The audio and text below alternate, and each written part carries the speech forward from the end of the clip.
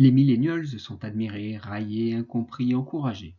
En quoi les millennials sont-ils des Homo sapiens comme les autres? Je vous invite, pour apporter un éclairage à cette question, à parcourir avec moi l'histoire depuis notre ancêtre commun, l'Homo sapiens moderne, il y a environ 100 000 ans. À cette époque, les conditions de vie sont simples. Elles se résument à se nourrir, se protéger et se reproduire. Dans un fonctionnement en quelque sorte automatique, l'homme cherche la satisfaction immédiate de ses besoins physiologiques de base.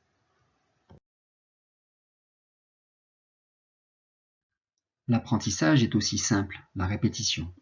Au fil du temps, cet humain, dans sa quête d'aliments, accumule un ensemble de réflexes conditionnés. La présence humaine se densifie et chacun se retrouve confronté à l'autre. L'Homo sapiens glisse peu à peu dans une seconde forme d'existence, le tribalisme. La tribu apporte à l'Homo sapiens la sécurité, la stabilité et développe la croyance que le monde extérieur est dangereux. Ce qui caractérise alors la forme d'existence devient le mythe et la tradition. Le monde qui entoure la tribu est gouverné par les esprits. Dans ce contexte, la compulsion humaine dans la tribu est d'y appartenir et de perpétuer les pratiques des anciens, celles qui ont permis jusqu'ici d'assurer la survie. Les tribus se développent, chacun trouvera une stabilité basée sur des rites propres. Le monde continue de se peupler et les autres tribus deviennent peu à peu des dangers. Pour se protéger de la tribu voisine, le mieux est encore de la mettre sous son autorité. Nous sommes il y a environ 10 000 ans. L'esprit de conquête du pouvoir se développe. Par la force bien sûr, mais au service d'une motivation basée sur le pouvoir. C'est l'émergence des modes de pensée barbares, l'égocentrisme. Ce qui compte alors, c'est la conquête du pouvoir et sa conservation à tout prix. Ruse, force et la récompense immédiate pour fidéliser. La taille des territoires s'agrandit jusqu'à atteindre des limites de contrôle. Le monde est instable, les chefs se battent et se succèdent indéfiniment. À quoi bon? Il y a environ 5000 ans, l'écriture se propage dans le monde. Elle permet de prescrire des règles pour tout le monde et toutes choses dans le but de répondre aux besoins d'ordre, de stabilité et de sens. La stabilité passe par le sacrifice individuel. Ainsi naissent les dogmatismes qui définissent le bien et le mal universel, ainsi que la notion de classe sociale. Dans ce mode de pensée, le thème de l'existence est le sacrifice immédiat pour la promesse d'une vie future meilleure. L'homme accepte ainsi sa position et son rôle dans la vie, évitant au maximum l'erreur et la punition. L'inégalité est un fait, mais en contrepartie du sacrifice, le salut viendra. Mais pourquoi attendre pour jouir de la vie? C'est alors que le matérialisme émerge. Au monde figé succède un monde d'expérimentation et de savoir.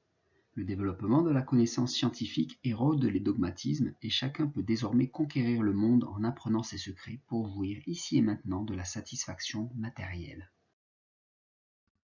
L'homme s'est élevé individuellement, il est devenu respecté, envié, mais pas aimé. Il a obtenu son statut personnel et son existence matérielle au prix d'être rejeté. La course toujours plus vite, toujours plus haut l'épuise et appelle de nouveau un mode collectif.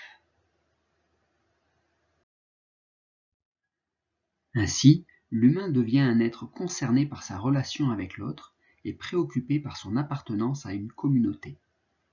Une nouvelle autorité est valorisée, celle des points communs avec les contemporains, plutôt que la classification différenciée.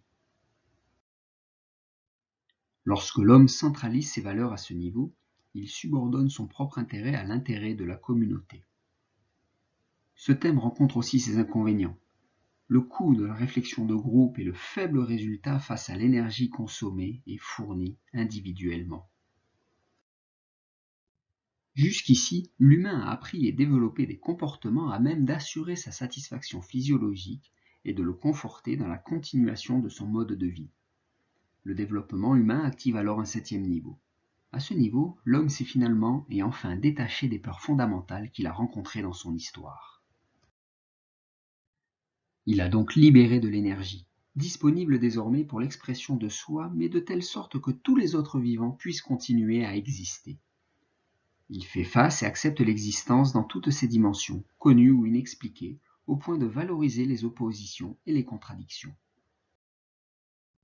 Dans ce mode de pensée, l'homme ne répond pas aux menaces, au pouvoir coercitif, à la concurrence, aux règles illogiques, à l'avidité ou autres incitations habituelles. Gagner des connaissances et développer des compétences font partie de sa stratégie dans une adaptation constante aux conditions de vie. Avez-vous reconnu dans ce portrait les comportements des millennials?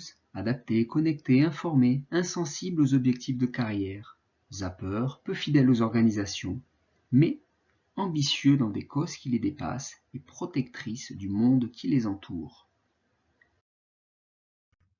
Au travers du concept de spirale dynamique, le docteur Claire Graves et ses successeurs ont établi plusieurs principes. L'homme mature s'adapte à ses conditions de vie. Son comportement résout les problèmes de plus en plus complexes avant d'en créer de nouveaux. Il y a une alternance des modes de pensée, expression de soi et sacrifice de soi. Les hommes actifent ces valeurs profondes successivement et dans un ordre défini. Notre contemporain, nommé millénial, n'est donc qu'une version récente et complexe de l'Homo sapiens avec qui nous partageons les mêmes processus d'évolution, mais dans des conditions de vie différentes et surtout complexes.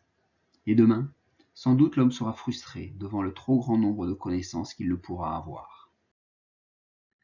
Et ainsi, dans le prochain mouvement d'alternance vers un nouveau sacrifice de soi, l'homme acceptera peut-être de n'être qu'un élément de système plus grand que lui, dans lequel il contribue, est autonome, mais sans pouvoir agir sur tout.